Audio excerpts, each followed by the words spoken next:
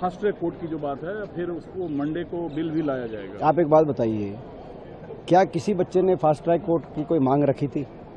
क्या किसी छात्र स्टूडेंट ने रखी थी? क्या किसी राजनीतिक पार्टी ने, ऑपोजिशन पार्टी ने रखी थी?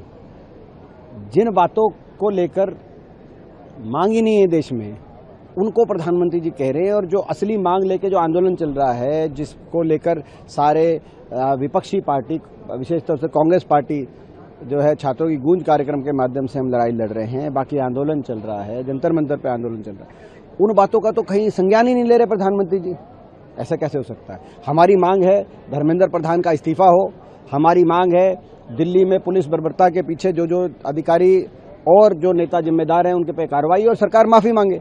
ये मांगे, इन मांगों के बारे में क्या कुछ कहा किसी ने? धर्मेंद्र प्रधान के नीचे जो secretary higher education mister Joshi काम कर रहे थे, उनको उनके पद से हटाया गया है, हायर एजुकेशन सोसाइटी सेक्रेटरी। ये क्या है? उनको कहाँ हटाया गया? उनको हटा के पंचायती राज में भेज दिया गया। इस देश की 60% आबादी पंचायती राज से जुड़ी हुई है। आप उस पोस्टिंग को आप ये बताया हटाया गया? उनको तो पुरस्कृत किया गया। बजट देखो पंचायती राज का। तो ये क्या किसने हटाया? दुर्भाग्य है कि सरकार ना सिर्फ बच्चों की, छात्रों की, युवाओं की मांगों का संज्ञान तक भी नहीं ले रहे प्रधानमंत्री जी और सरकार, बल्कि उनको जख्मों पे नमक छिड़क रहे हैं इस तरह की एक्शंस लेके और इस तरह के statement. No, I want to ask the education minister, why was one person, Mr. Vineet Joshi, holding 5 posts?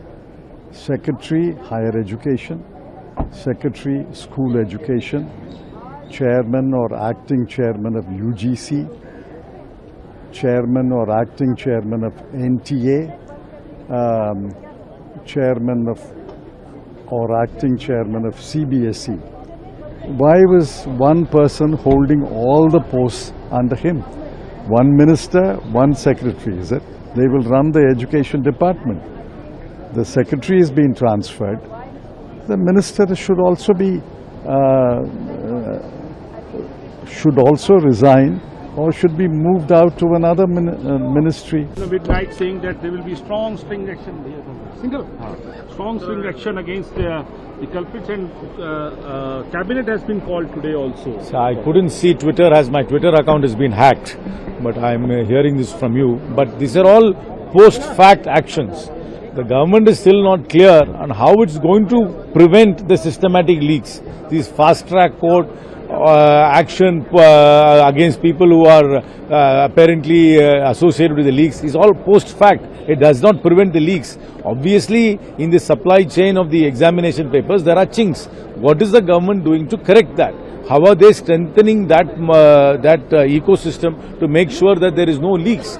Because there is a huge tuition and preparatory course industry which is raking in lakhs of crores. They are in close nexus with those who conduct the exam. There is an incentive, financial incentive for them to engineer these leaks so that their preferred students who are paying them heavy fees or perhaps a little bit more than the prescribed fees have access to these examination papers. So these examinations have lacking integrity. The government must explain how it's going to restore integrity. Having a fast-track court is a post-fact. It is a punishment. In India, we have fast-track courts for many, many things. Has it ever been a deterrence for anything? A fast-track court is only punishment. It is not the solution.